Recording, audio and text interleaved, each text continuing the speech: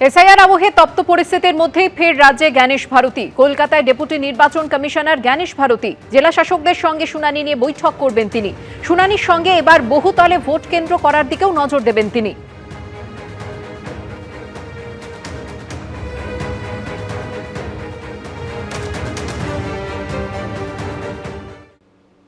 SIR ইস্যুতে নেতাকর্মীদের virtual বৈঠকে অভিষেক বন্দ্যোপাধ্যায় নির্দেশ দেওয়ার পরই সোমবার ক্যাম্প চালু করল তৃণমূল। এর পাশাপাশি বিএলএ 2দের শুনানিতে ঢুকতে দেওয়ার দাবিতে উত্তেজনা ছড়ালো জেলায় জেলায়।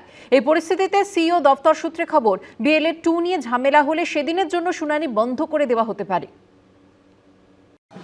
অভিষেক বন্দ্যোপাধ্যায় নির্দেশ দেওয়ার পরই কলকাতা থেকে জেলায় জেলায় ক্যাম্প চালু করল তৃণমূল। এর পাশাপাশি বিএলএ 2দের শুনানিতে ঢুকতে দেওয়ার দাবিতে উত্তেজনা ছড়ালো জেলায় জেলায়। সূত্রের খবর, রবিবার এসআইআর ইস্যুতে 1 লক্ষের বেশি নেতাকর্মী ও বিএলএ 2দের নিয়ে ভার্চুয়াল বৈঠকে অভিষেক বন্দ্যোপাধ্যায় বলেন, বিএলএ 2কে বলবো শুনানি পর্বে উপস্থিত থাকুন। ভোটের সময় যদি এজেন্ট থাকে তাহলে শুনানিতে কেন থাকবে না? এরা বিজেপিকে সাহায্য করতে এসব করছে, কারণ বিজেপির লোক নেই সব ক্যাম্পে। যে যাই বলুক, শুনানি পর্বে উপস্থিত থাকতে হবে। এরপরই রবিবার বিএলএ 2কে ঢুকতে না দেওয়ায় চুঁচুড়ায় 2 ঘন্টা এসআইআর শুনানি বন্ধই করে দিলেন তৃণমূল বিধায়ক অসিত মজুমদার। হুগলির ধনেখালিতে বিএলএ 2কে ঢুকতে না দেওয়ায় শুনানি বন্ধ করে দেন তৃণমূল বিধায়ক অসীমা পাত্র। এসআইআর এর শুনানিতে ঢুকতে দেওয়ার দাবিতে মেদিনীপুরে জেলাশাসকের অফিসের সামনে জড়ো হন তৃণমূলের বিএলএ 2রা। এর জেরে বেশ কিছুক্ষণ বন্ধ থাকে এসআইআর এর শুনানি। মগরাহাটে বিক্ষোভের মুখে পড়েন নির্বাচন কমিশনের রোল অবজারভার সি মুরুগান। একই ছবি বর্ধমানেও। বিএলএ 2দের শুনানিতে ঢুকতে দেওয়ার দাবিকে কেন্দ্র করে পূর্ব বর্ধমানের জেলাশাসকের দপ্তরে কমিশনের প্রতিনিধিদের সঙ্গে বচসায় জড়ান তৃণমূল কর্মীরা। ভাতারেও এই একই দাবিতে শুনানি কেন্দ্রের বাইরে দলীয় পতাকা হাতে বিক্ষোভ দেখান তৃণমূল কর্মীরা। বিএলএ 2 অনেক জায়গায় থাকছে, তো কোনো অসুবিধা তো নেই। এটা রাখা যায় কিনা জানি না, তবে কালকে আমাদের জেনারেল সেক্রেটারি অভিষেক ব্যানার্জি বলেছেন এবং সেই অনুযায়ী অনেক জায়গায় বিএলএ 2 আছেন। লিখিত অর্ডার রয়েছে, বিএলএ 2রা সেন্টারের হিয়ারিং সেন্টারের ভিতরে থাকতে পারবেন না, বাইরে ইচ্ছা করলে অন্য জায়গায় ক্যাম্প করে মানুষকে সাহায্য করতে পারেন, সেন্টারের ভিতরে থাকবেন। চিঠি দিয়ে কারণ দর্শালে তবে নাকি বিএলএ 2রা কনসিডার করে দেখবে যে তারা বাইরে যাবে কি না যাবে। এই হচ্ছে বাংলার গণতন্ত্র, এই হচ্ছে বাংলার তৃণমূল কংগ্রেস, এই হচ্ছে বাংলার শাসক দল। আর এ নিয়েই তৃণমূলকে কার্যত রাষ্ট্রপতি শাসনের হুঁশিয়ারি দিলেন শুভেন্দু অধিকারী। তো গুন্ডামি, যদি শুনানি ঘেটে দেন ভোটার লিস্ট বেরোবে না, ভোটার লিস্ট না বেরোলে ভোট হবে না রাষ্ট্রপতি শাসন।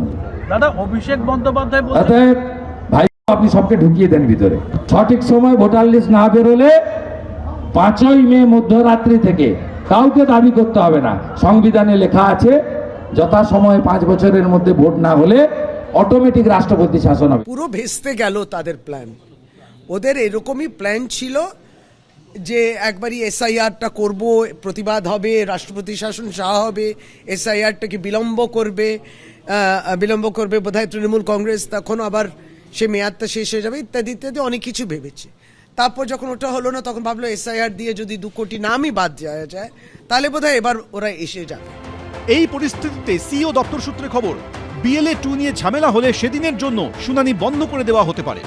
এদিকে মঙ্গলবার রাজ্যে আসছেন deputy election commissioner Gyanesh Bharati. High rise বিল্ডিংয়ে বুথ করা নিয়ে হাওড়া, উত্তর ও দক্ষিণ 24 পরগনা সহ 6-7টি জেলার ডিএমদের সঙ্গে বৈঠক করবেন তিনি। কয়েকটি শুনানি কেন্দ্র যাবেন। কমল কৃষ্ণ দে, সৌমেন চক্রবর্তী ও রুমা পালের রিপোর্ট, এবিপি আনন্দ। বয়সের ভারে ক্লান্ত, তবু শুনানির হাত থেকে নিস্তার পেলেন না। কারো 85 তো কারো 90 ছুঁই ছুঁই। প্রকৃত ভোটার কিনা সেই প্রমাণ দিতে সকলকে ছুটতে হলো শুনানি কেন্দ্রে। উঠল হয়রানির অভিযোগ। এরপরে অসুস্থ, অন্তঃসত্ত্বা ও 85 ঊর্ধ্বদের জন্য ছাড় দেওয়ার সিদ্ধান্ত নিল নির্বাচন কমিশন। তো পশ্চিমবাংলাকে হ্যারাস করছে কেন নির্বাচন কমিশন? এরা এরম ভাবে অরিজিনাল ভোটারগুলোকে ক্যান্সেল করে দেওয়ার চেষ্টা করছে। কেউ 80 পর, কারুর বয়স 85 তো কেউ 90 ছুঁই ছুঁই। বিছানা ছেড়ে উঠতে পারেন না অনেকেই। তা সত্ত্বেও অনেক কষ্ট করে এসআইআর এর শুনানি কেন্দ্রে হাজির হচ্ছেন তারা। তুললেন চরম ভোগান্তির অভিযোগ। উত্তর 24 পরগনার ইছাপুরের বাসিন্দা রবীন্দ্রনাথ রায়। বয়সের কারণে দীর্ঘদিন ধরে শয্যাশায়ী। তার উপর দিন 20 আগেই ব্রেইন স্ট্রোকে আক্রান্ত হয়েছেন। এই পরিস্থিতিতে ভ্যানে করে শুনানি কেন্দ্রে নিয়ে আসতে হলো তাকে। এসআইআর এর জন্য ডেকেছে আপনাকে? হ্যাঁ, বাবা তো একদম উঠতেই পারছে না, খুবই কষ্ট, খুবই কষ্ট। উত্তর 24 পরগনার হৃদয়পুরের বাসিন্দা শোভারানী ভৌমিকের বয়স 90 এর কাছাকাছি। রেহাই পাননি তিনিও। ক্ষমতা নেই বলতে, তাতে সুবিধা এখানে অনেক সুবিধা। দুর্গাপুরের বাসিন্দা নমিতা ঘোষালের বয়স 80-র কাছাকাছি। এই বয়সে এসেও তাকে প্রমাণ দিতে হলো তিনি প্রকৃত ভোটার কিনা। আমি বেরোই না তো, কোথাও বেরোই না, বাধ্য হয়ে আসি। জোড়াবাগানের বাসিন্দা মীরা রায়ের মেয়ের ডাক পড়েছে শুনানিতে। তিনিই যে মেয়ের মা তার প্রমাণ দিতে অসুস্থ শরীরেই শুনানিতে হাজির হন। আমার যে মেয়ে ওটা তার প্রমাণ দেওয়ার জন্যই আমি এসেছি। শরীর খুব একটা ভালো না, তবু এসেছি ওর জন্য। ঘন্টার পর ঘন্টা লাইনে দাঁড়িয়ে ক্ষোভ উগরে দিলেন হিন্দুস্তান পার্কের বাসিন্দা প্রণতি দাস।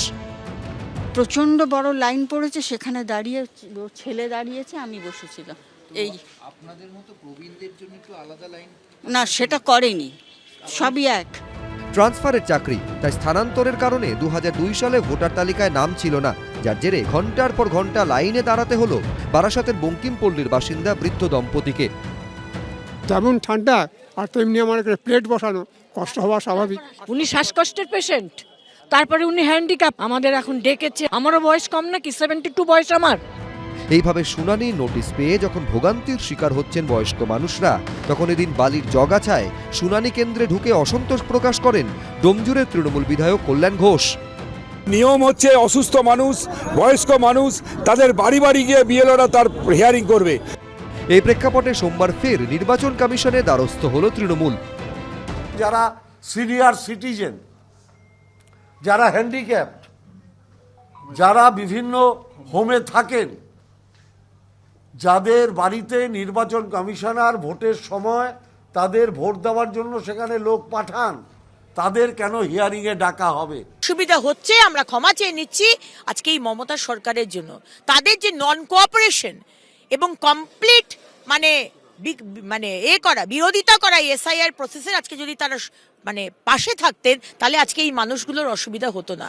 আর যতটা সম্ভব বিজেপির কর্মীরা প্রত্যেকটা ক্যাম্পে থেকে আজকে বয়স্ক মানুষ হোক, কম বয়সী হোক, তাদের পাশে দাঁড়ানো, জল দেওয়া, তার ব্যবস্থা কিন্তু বিজেপির কর্মীরা করছে। এসআইআরের শুনানিতে হয়রানির অভিযোগ ঘিরে রাজনৈতিক তরজা চলছে। এর মধ্যেই নতুন নির্দেশিকা জারি করল নির্বাচন কমিশন। হাসপাতালে ভর্তি, অন্তঃসত্ত্বা, বিশেষভাবে সক্ষম বা 85 বছরের বেশি বয়সীদের এবার থেকে আর শুনানি কেন্দ্রে যেতে হবে না, তাদের শুনানি হবে বাড়িতেই। অন্যদিকে এসআইআর আবহে চাঞ্চল্যকর তথ্য সামনে এসেছে। 2002 সালের আগেই প্রয়াত হন বীরেন্দ্র কৃষ্ণ ভদ্রের স্ত্রী প্রতিমা ভদ্র, অথচ এতদিন ধরে ভোটার তালিকায় তার নাম রয়েই গেছে। প্রতিমা ভদ্র, বীরেন্দ্র কৃষ্ণ ভদ্রের ওয়াইফ, আগেই মারা গিয়েছিলেন। বাদ গেছেন সুজাতা ভদ্র, কৃষ্ণ ভদ্রের বোন। হ্যাঁ, বোন। রিলেটিভ বলেছেন ডেড অর শিফটেড, এটা বলেছেন, তাই জন্যই আমরা সেগুলো গ্রহণ করেছি। বীরেন্দ্র কৃষ্ণ ভদ্রের বোন সুজাতা ভদ্রের নামও একইভাবে রয়ে গেছিল ভোটার তালিকায়। এসআইআরে সেই নাম বাদ দেওয়া হলো। ঝিলম করঞ্জাই, রুমা পাল, মনোজ বন্দ্যোপাধ্যায়ের রিপোর্ট, এবিপি আনন্দ। এবিপি আনন্দ, এগিয়ে থাকে, এগিয়ে রাখে।